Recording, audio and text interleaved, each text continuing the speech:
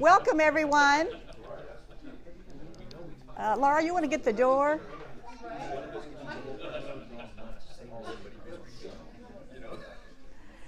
Okay, most of you may know that you have to hand in your title for what you're going to talk about next year at Pepperdine prior. So next month, we will be getting letters from Mike Cope and others that say, what are your titles for next year? Well, last year in June, we were thinking one direction with this talk, but as the year developed, we really kind of went a different direction, and so we're actually not even sure how this title was given to us. It was not from us. So if you're really here to hear about lean and mean, you might want to just get up and go. But what we would like to redefine this as, this really has become kind of how to make your dreams come true. And I hesitate to even say that because it sounds like we made the dreams come true, and it was so not about us, and that's kind of the point here. But we have gotten to walk an amazing journey for the last 18 months is what we're going to tell you about, but it did start several years before. So this is a journey that the Vancouver Church of Christ has been on probably for about 5 years now, and we are going to talk heavily about implementation of a plan. A lot of what you hear here at Pepperdine is kind of abstract concepts, deep thought change, and how to deal with change. Well, once you get all these new missions, visions, values, and all this stuff going, it looks good on paper, it's like, okay, now, how do we actually do this? Well, that's what this class is about. This class is about implementation. And so I just want you to know there was all that other stuff that did come first, and we will acknowledge that a little, but we are going to be heavy into very practical implementation of just one plan, but the principles that you will hear you can apply to any plan. So the Vancouver Church is about 350 members. It recently built a building which will be part of this storytelling. And there are 4 of us presenting today. Craig Brown, long-term minister at Vancouver Church. He is on staff. I and Gina Granberg, this is Stan Granberg. We work with church planting. And so a lot of the principles that you're going to hear applied through this comes from the church planting world, because we wanted to see, do these principles work in established churches? You know, we all think, well, yeah. Well, now we know. Yeah, they do. And then Deanne Perigo is one of our leaders in our ministry momentum, which is what we're going to actually be talking about. And so you will figure a lot more of this out as we go. Our desire is to have lots of time for questions, because I think you're going to have questions. We have 3 parts. We're going to tell about who we were, how God processed us. Then we're going to talk about the actual plan, how we implemented it, and then Deanne is going to talk all about outcomes in the future. Craig.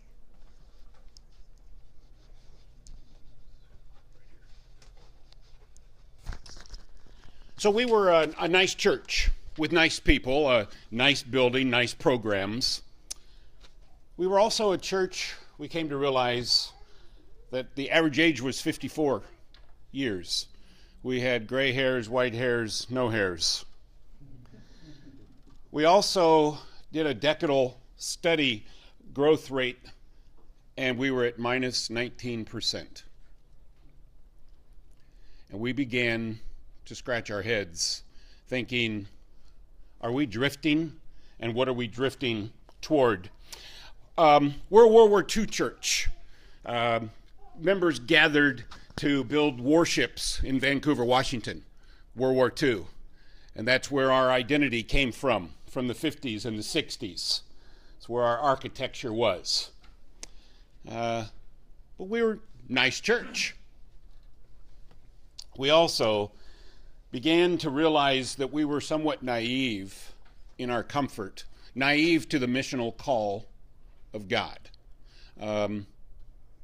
Missions were foreign to us. We had a dream of 20 acres that had been purchased back in the late 70s. And in 2005, we moved into a very nice, comfortable facility. It was at the cost of $2 million, approximately 100 members that left, and we began face to face with realizing we're already in the 21st century. what is this going to bring?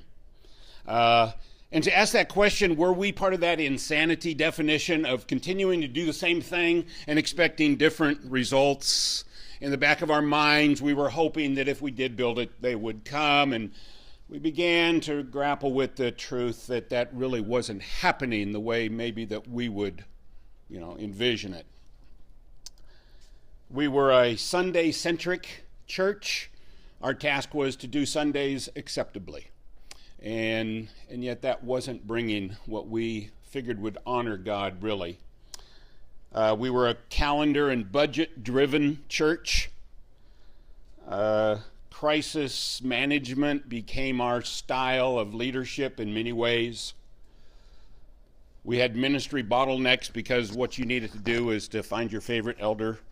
If you were one of those 37 ministry leaders and try to get permission from an elder to do something. We were in silos, separated from one another because we had to get your job done, and don't bother about building relationships or anything like that because I got to get my task done because it's on the calendar and we got to do it because that's what we do around here. I don't know if that relates at all to anything you've experienced. We were very busy, but we started to ask, busy going where? And we began to realize that we were busy on approach to running on empty.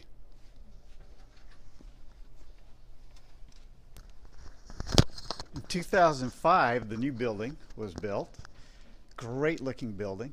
And again, people thought, hey, since it's built, people will start coming.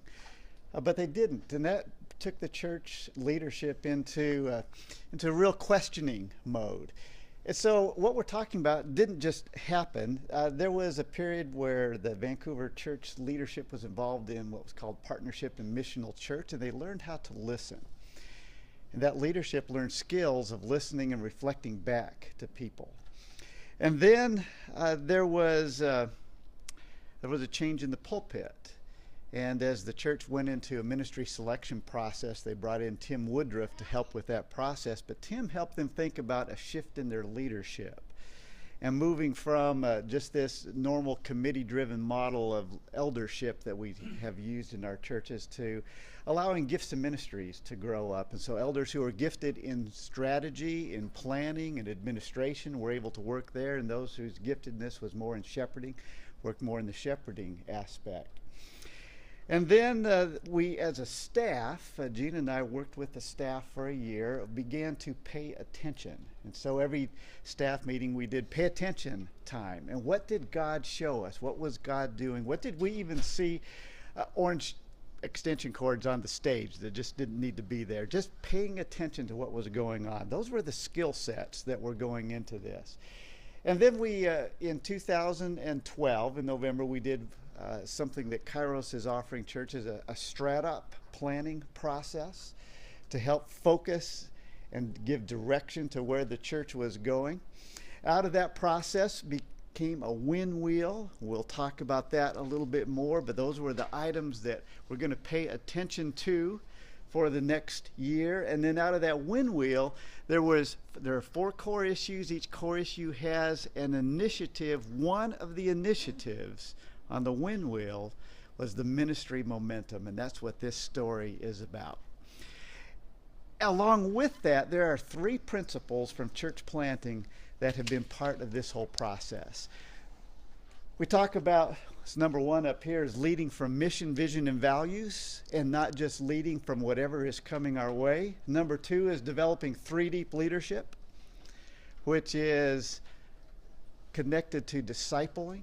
And so we move from just doing tasks to how do we develop disciples.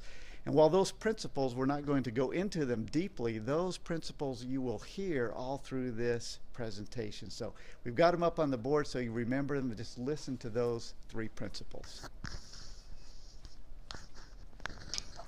And so one day on a Tuesday when we were meeting with the staff, so we have 2 staff, and then we have 2 elders, and then Stan and I were there. We were having a meeting, a staff meeting. One of the elders announced, okay, so-and-so, this is another elder, has decided that we've got to have a ministry fair, and we've got to have it on January the 5th because we have people coming to church and they don't know how to get involved in ministry. This is in October. Well, and so we all go, our ministries are a disaster. Some of them don't even have leaders. I mean, the whole concept of ministry fair, I'm assuming you're familiar with. And so we were thinking of doing this ministry fair, thinking, we don't even know how many ministries we have. I mean, talking about silos, they weren't even in the same continent. No one knew what anybody else was doing. No one had a list of the ministries and what does it take to be a ministry. And like I said, some of them didn't even have leaders. And yet we had this wonderful elder, and these elders are phenomenal. So I'm not bashing elders at all here. I want you to know that. These elders are phenomenal. And this particular elder makes things happen. I mean, he's one of these, he gets an idea and it's supposed to happen the next week. And so he said, this is what I want to happen and I want the staff to do it and I'm giving you this assignment and you take it on and do it. And we were like, no, actually, I think he wanted it to happen in November, and we were able to put it off until January is what it was. So this was in October. He wanted it to happen the next month. And we just said, no way. Well, we had to convince those two elders that are in our staff meeting that we couldn't go there yet, and these were all the reasons. And so we did. We talked about all the things I just said. We're just not ready to have a ministry fair. And so we decided to put together a plan of how we're going to talk about ministries, what are ministries, and just, all of that involved. Well, this ended up being huge. This ended up being leadership development, a whole communication pathway. This was not our intent, but God used this amazingly. And we're not going to talk about all that until the very end, and Deanne's going to tell about some of the wonderful fallout that has happened because of this. And so we went about designing a ministry plan. So this was designed by just the 6 people on Tuesday. And so the plan. And so these were our 4 areas that we had chosen we were really going to work in over the next year and a half. And so this ministry momentum is this one down here. So it's one of our 4 main things we had decided we were going to work with. And so we were going to use church planting principles to come up with the plan. So the one I want to add here is number 4. Your limited level 1 jobs limit the size of your church. Now, that is something you hardly ever even hear in an established church. This drives church plants. If when they walk in the door, they need to know they are needed from day one. And in our established churches, we have tended, if we have something that needs to be done, we go and find somebody that we think can lead that and get that done. Well, in a church plant, you start from the bottom up. You give everybody a job and leaders develop up from that. Totally opposite of the way leadership develops. And so that is something that we decided to try to bring into the established church. So this is what our plan looked like. Now, your plan does not have to look like this. This just happens to be the form that we use. This is called an action initiative plan. And so I want you to know that this was very intentional. This was very thought out. We can write these in about 30 minutes, and that may seem like, whoa. But once you've written a few of them, you realize you're really not doing a bunch of planning and details here. This is the overall vision. So this was our plan. And so what we're trying to get to is a ministry fair. I want you to realize that's what we were getting to. And then you will see what God did with this. So first of all, in our first box there, Craig was our leader. That means it's his job to bring up this action plan ever so often and go, where are we? Are we meeting our deadlines? Who needs help? What's going on? And this was the team. It was that Tuesday team. This is a picture of us at one of our meetings. You see the 2 young people there. We had interns that summer. We pulled them right into this meeting. They were just blown away by this whole process. But what a gift we were able to give them to see us hashing out this. So it was a great gift, and we just included them right in. Next box is what we called it. We called it Ministry Momentum. We ended up calling it M&M, kind of a cool name. We served M&Ms at every meeting. Also go back there, notice the date. See, this is October the 24th. So we were given this directive the week before this. We came up with this plan the next week. And so October 24th, 2012. Next box is the objectives. What did we really want to happen? Did we just want to have a ministry fair? Did we want to be able to tell everybody what our ministries were? We wanted a lot more than that. Now, this was just a dream, so we're kind of dreaming here. We would like every ministry leader to feel significant, capable of carrying out their tasks. Wouldn't that be wonderful? Pretty unmeasurable, but we're just kind of thinking. Also, we wanted every ministry leader to understand their place in just the system of the overall mission of the church. And then we got a little bit more concrete, key deliverables. We're going to assess the life cycle of every ministry. We'll kind of tell you what that is. All ministries have a leader and a co-leader. Each ministry has a written description of that ministry. Every ministry leader has a written job description. Each ministry will more effectively reach its goals. I mean, you know, we had lots of ministries that didn't even have goals. I mean, I'm sure you all do. And so just that whole idea of reaching some goals was very foreign. It just wasn't the way we thought. And that our ministry leaders would state this was a good process. We were just going to ask them at the end. And so we decided to do a 6-month pilot. That's a good word. Use the word pilot. Experiment, no, I wouldn't use that. They feel like it's being done to them. So hang out on the word pilot. It worked a lot better. We learned that the hard way.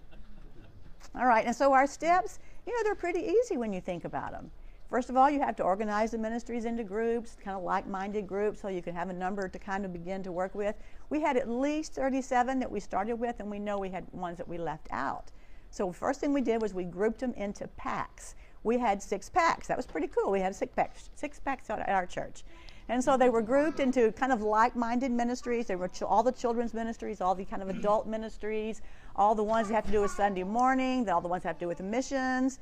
Well, we were going to name them like that. So we had to name them. So here's our packs.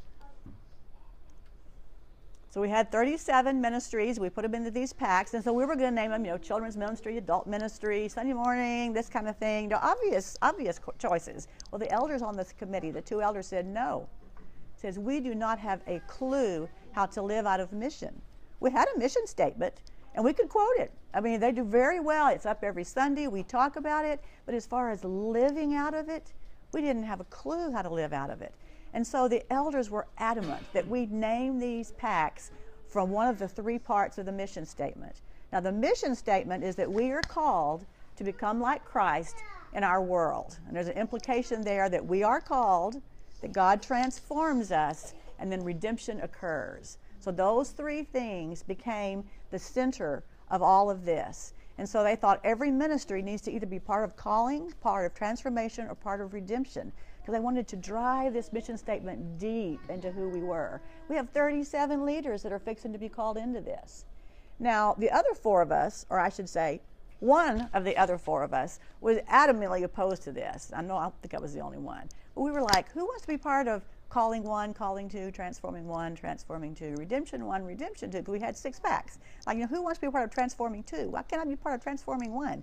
You know, I just thought these are very cumbersome. But the elders said, no, this is non-negotiable. So we said, okay. It was absolutely brilliant. I mean, this was good.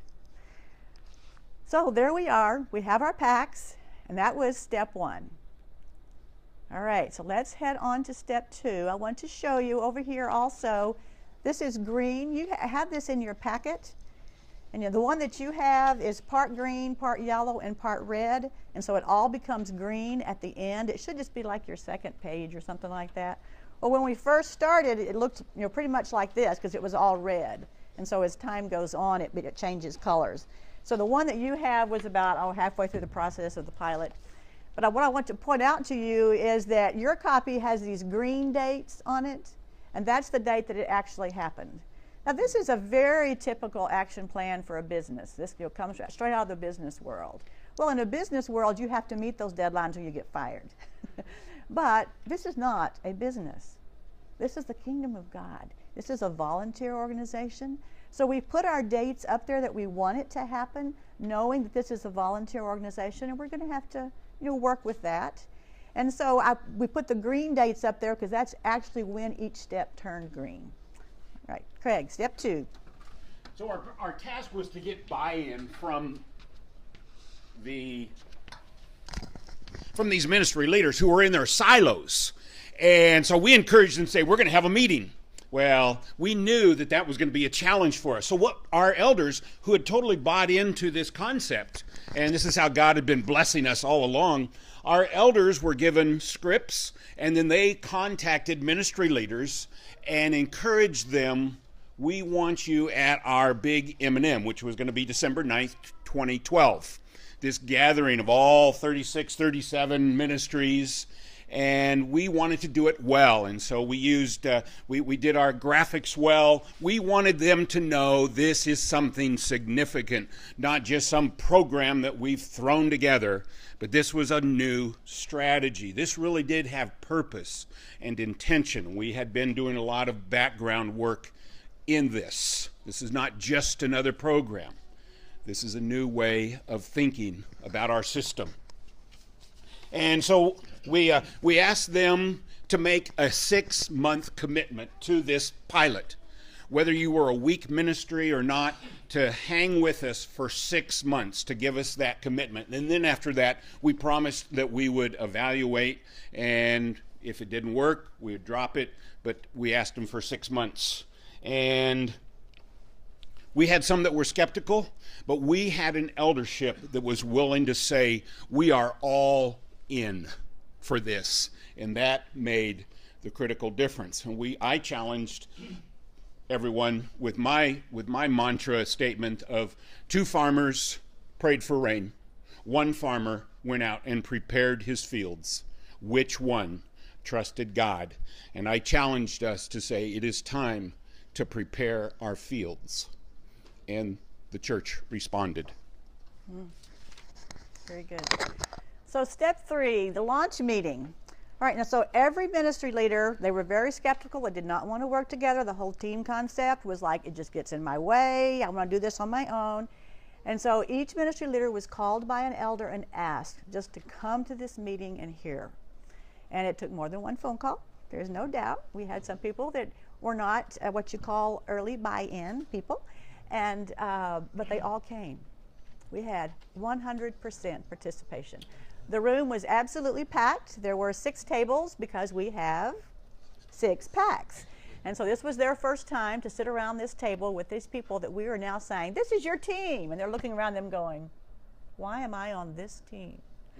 And they didn't see how their ministries even related sometime. We had an elder sit at each table, and the elders were trying to learn how to get out of the control leadership, authoritarian thing, and get into shepherding. And they were committed to this. They were committed. But they have a whole flock who view them totally as the decision makers and not as shepherds. Those are very different concepts. So we had these elders, and they were going to practice. Tell me, this is what I heard you say. This is what I heard you say. And they were not going to direct. They were not going to do what we typically call leadership. It was their job to listen, to reflect, and then at the end to pray over this pack. Their goal, they felt so overwhelmed because all these ministries just kept coming to them saying, can we do this? Can we do this? And it was like, why do we have to make all these decisions of what kind of sticky to use on the wall in the auditorium? And so they asked. I mean, so that was their goal, was to ask these ministry leaders, we want to empower you. We cannot do what our system is calling us to do, and God is calling us to shepherd. We want to empower you to make decisions. So that's where we launched it. We wanted everybody to hear listened to, because this was all about buy-in. And so every ministry leader in the room was asked to fill this out. You have this in your packet. 4 questions. Write down what is right about your ministry, what is wrong about your ministry, what is confused about your ministry, and what is missing. And then just some overall learnings. And then they shared it with someone in their pack. And so we got this immediate just buzz in the room. I know one person was crying by the end of it, and she said, no one has ever asked me anything about my ministry, and I have been doing this for 7 years. I mean, it wasn't even a leader that was actually listening to her. It was just a peer. It was so helpful. And so you could see, they came into the room with a lot of skepticism, but even by the end of this first activity, there was a lot of buy-in. They were at least interested. This is the second activity we did. You can't see this very well. You do have a similar copy. This is a life cycle analysis, and as Craig said, he would like to speak 45 minutes on just this one tool. But what we ask every ministry leader to do, each pack had a different color sticky notes, and so every ministry leader was asked to go up and put their ministry, the effectiveness of their ministry, on this life cycle analysis. Over here is if you're just getting started, just beginning to take off. Up there is the booming. Over here is it's decelerating, and down here it's tanking. Now what they didn't know is the elders had already done this activity. Now the elders put a lot more over here. But when the ministry leaders were asked to do it, I think even just from the meeting that we were having, there was already just a little bit of momentum. And so we see a lot of hope over here. Plus, they love their ministries. There's no doubt. They love their ministries. This was an honesty check. Where really are you? How is this ministry really, really working? And now, we did hear later on that many of them said, really, we're tanking, you know. But this was a call to honesty. It was well received. A lot of good buy-in here.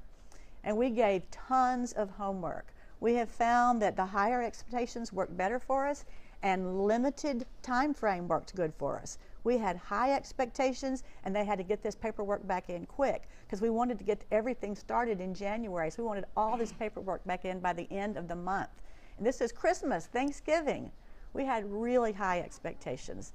It worked in our favor. I don't know if it always will, but it did. So every ministry leader was supposed to write a ministry description, a leader's job description, goals for their ministry, and levels of ministry. And we're going to talk more about that in just a second.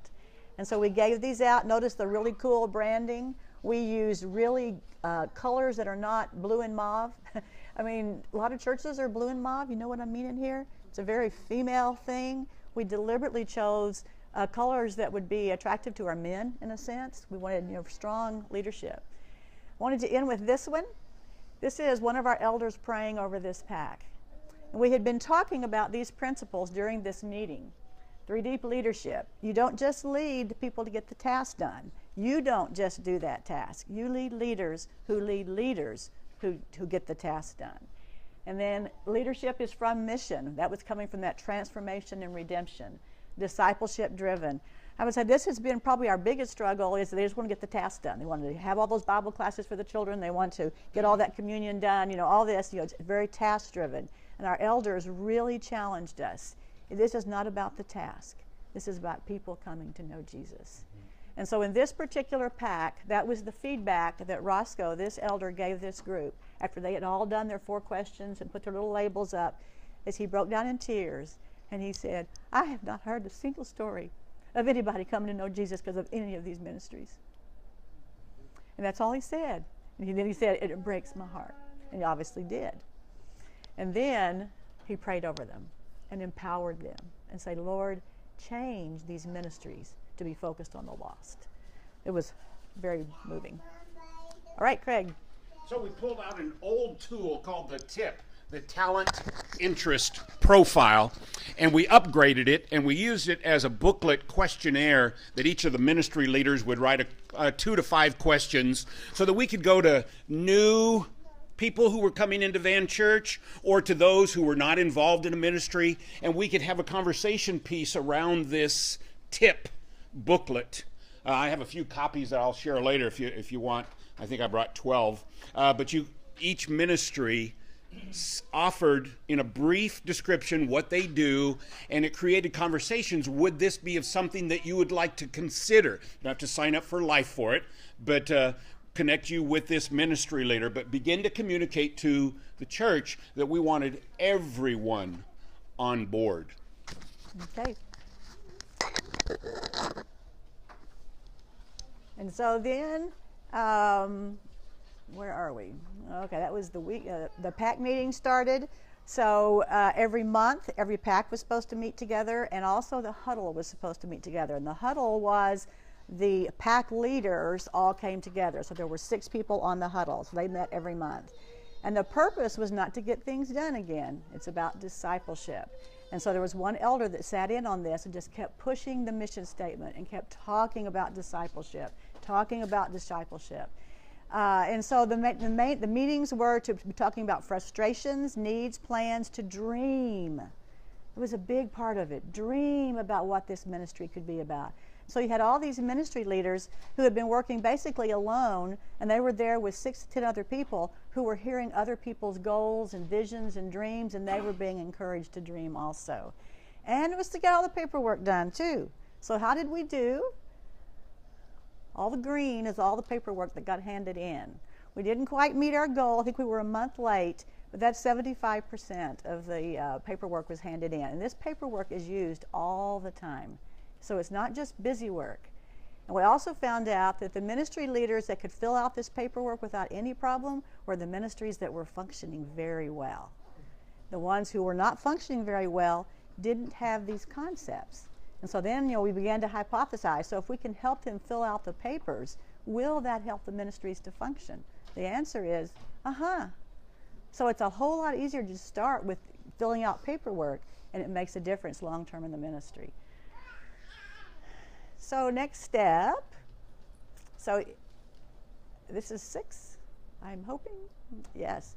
And so each ministry leader is to determine the ministry workers that they have and that they need. And so that's related to this right here, is that we needed to have a lot more level 1 leaders. That is also in there. And this sheet is how we did that. And then Craig? Celebrate and evaluate. No, number 7. Develop the plan. Oh, we already did that. Okay. Each pack will determine training needs. So each pack was supposed to determine training needs for their particular pack. Several of the packs did very, very well at that. And they started small. You don't go out and find some amazing speaker to come in and train your pack. You start where you are. You just start small. And so what they did is they just got the safety officer kind of there at the church to come in and train all the teachers in the children's program about evacuation in case of something catastrophic event. They got a teacher there in the church to come in and just talk about learning styles. The missions group brought in someone who knows about domestic missions to talk about church planting. And so they started with resources that they had, but it began to build a team spirit. And then last is celebrate and evaluate. We've already done that. So Craig. Okay, so on December 8th, 2013, 1 year later, we had an M&M and we all regathered. The good news was we had found out that at the huddle level is where I think the most intensive decisions and success was made, that they realized that they were actually being given power to make decisions from our eldership, and the eldership was ready to empower and move on to other tasks for the elders. And this huddle was beginning to realize, yes. And so all 6 of our huddle, or of our pack leaders, said they would sign on for the next year, which was a great sign of success for us. And we really, what you needed to do is to be with some of those meetings that they would have during the month with their ministries. And each one of the packs would meet during the week. And you could see these ministry leaders start to perk up, and they were coming out of their silos. They were starting to do peer coaching with each other. Well, what would you do in this case with your ministry, and how can we better outreach to people who need to be involved, who want to be significantly, connected? So we definitely came to see that we're moving in the right direction, and we believe that God's harvest rain is beginning to come, because we have been preparing those fields through this hard work of beginning to be a fully open and working congregation. Deanne, tell us about outcomes and future.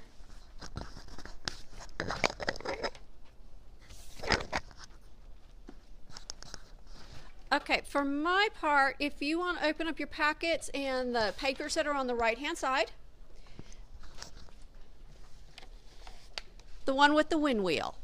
If you want to open that one up and pull that out, because that's the part that I'm going to be talking about, the implementation and what us ministry leaders loved and not so loved. On that first page, it's actually part of a much bigger page called the dashboard, and this is the side that we as the ministry leaders in the huddle work primarily from. And if you would do something for me, write 3 words on there or on your notes. Intentional, discipleship, and vision. And if, like me, you have ADD, you can put hash marks next to each one as I talk about them so that you can recognize them and give yourself something to do. These are foundational. These are very foundational to what we did and are continuing to do. annual planning meeting has gone from just the elders to the elders and staff to the elders, staff, and huddle. That meeting was transformational for us pack leaders. There were 5 of us pack leaders, and there was 1 assistant because that pack leader wasn't able to come. And wow, we were now part of the decision making for our family at VanChurch. We were overwhelmed, very humbled, very excited, but we left energized and ready to really implement what we had been working on throughout the year. Because at that point, it left being done to us doing it. And like Craig said, all of us decided to stay. Even those that, as one of the leaders said, we are only here because we sat at the wrong end of the table at that M&M. But looking at this page, our mission, we're called to become like Christ in our world. And that is so foundational to all that our ministries do. Everything about them, not just how they were named that first year, but everything about them. We are called by God. We are transformed by the Holy Spirit. And we're redeemed by Christ. And we're to go out in the world and be that for our community. And all of our ministries are to fully encompass all of that. And that was one of the transitions between that first year and the second year, is no longer are we, some of us called, some of us transformed, some of us redeemed. We are all now directed in that one direction. 85% of the members to participate in ministries. That is a major goal. Because if they don't feel like they're participating, they don't feel like they are part of the family.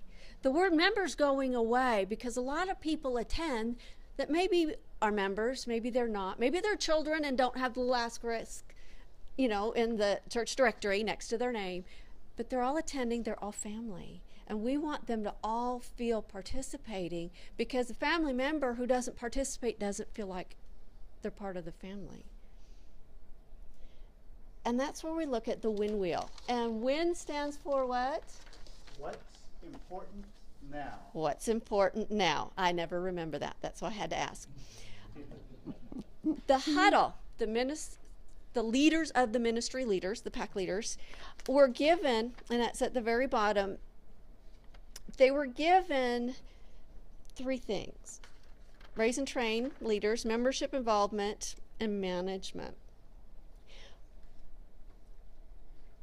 But more importantly, we were entrusted with the care of these precious ministries, that to the people whose ministries these are, this is their manifestation of their faith. This is their faith in action, and they're precious. We were empowered to care for them. And that's huge. And we had to be very purposeful or intentional, check, in what we did so that we cared for them properly.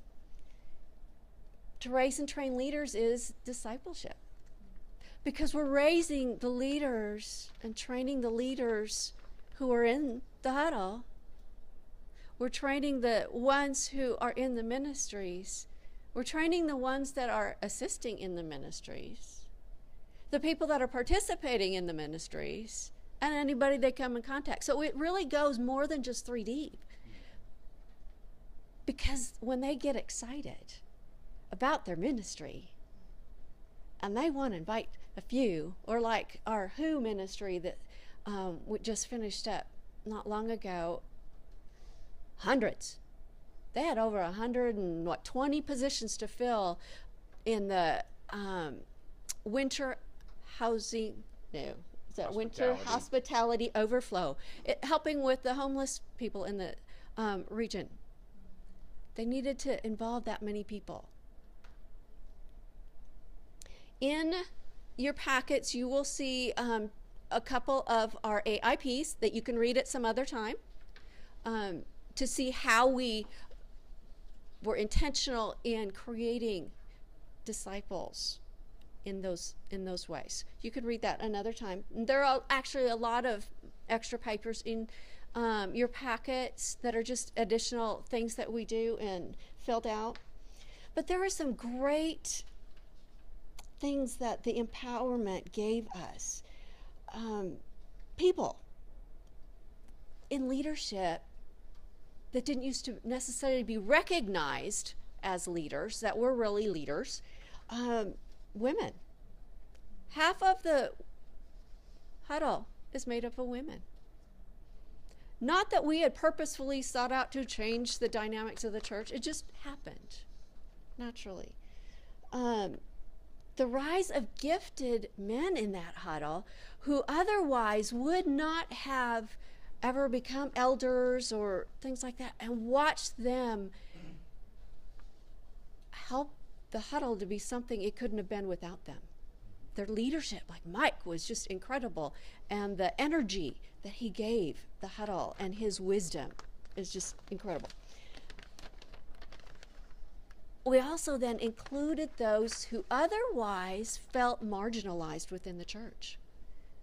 Some of our widows, people who are not married, people who felt like they were neglected and nobody knew that they were there, are now at these M&Ms and active members of their packs.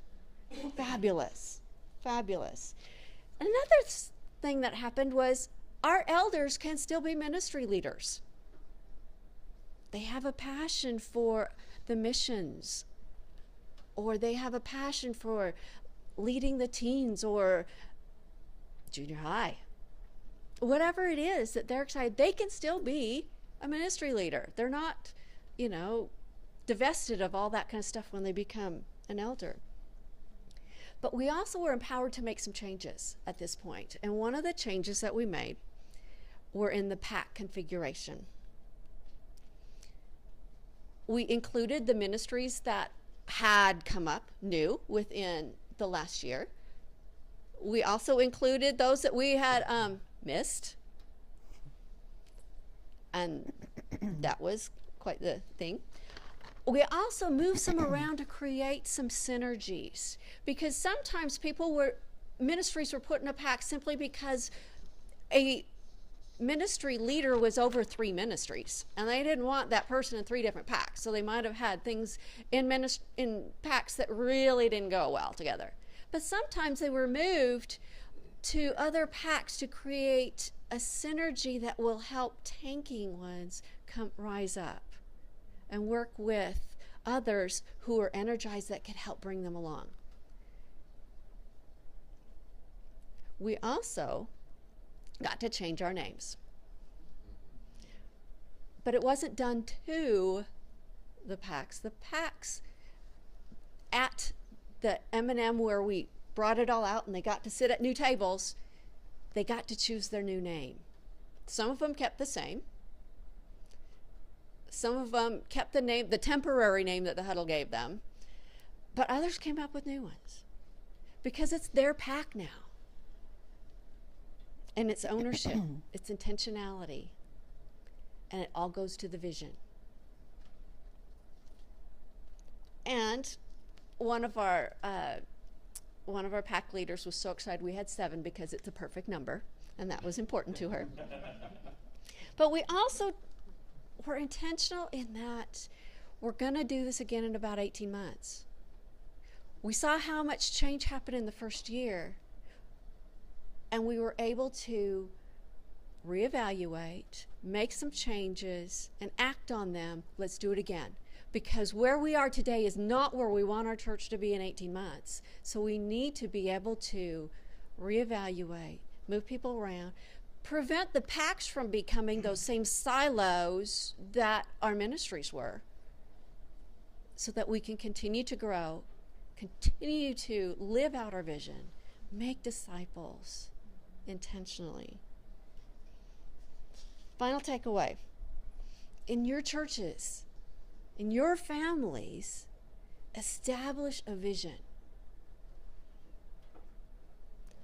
The core assumptions, the core values, the core strategies that I didn't have time to talk about on that page, write your own. Create an action plan. Then implement the action plan. Doesn't do any good on paper. It's just pretty, maybe. Reevaluate on a regular basis and then continue to follow through. Because remember, these ministries are your family members' faith in action. So important. Anything? Can we end up prayer? I just wanted to say that this is a lot of details, a lot of structure, and yet what it has got to is it has changed an established church that can be very chaotic and cumbersome because of all the thousands of ministries. It has changed it to a very simple model. Your 7 packs. This is a major difference in established churches and new churches, is that new churches are very focused and they function simply. Established churches have tended to get very cumbersome. And so this system really converted this established church into a new church in a sense because of that simplifying effect. And so now communication is a whip. I mean, they can just tell that huddle something and it just goes out through all the ministries. Got 37 ministries at least. If everybody's leading 5 to 10 people, you've almost covered the whole church. So if there's anything that's happening, mission-wise, as far as living out of our mission, that can just be passed down very, very easily. And leaders are really arising. Let's pray. You pray with me. Our dear Father in heaven, you have blessed us so incredibly. And we pray, Father, that we are able to use what we've learned to glorify you, to praise your name, to reach out to the members of our congregations who are feeling left out, underutilized, marginalized, and help them to grow in their faith and the gifts that you have so greatly blessed them with. And then to turn outside their church building and share that with their communities, Father, to redeem those lost. That you will place on our hearts the things that you want us to share with our families. And that we will act on those. That we will be proactive as well as positively reactive. You have given us talents and gifts and responsibilities, and we pray that we will let the Holy Spirit work through us to accomplish those goals and use those gifts and redeem your people, Lord, in this lost world. And we thank you and we praise you through Jesus. Amen. Amen.